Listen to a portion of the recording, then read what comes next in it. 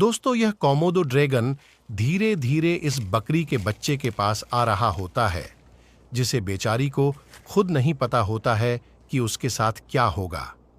फिर धीरे धीरे यह ड्रैगन बकरी के बच्चे के पास आ जाता है और उसे जिंदा पूरा निगल जाता है और बच्चा चींकता चिल्लाता रह जाता है।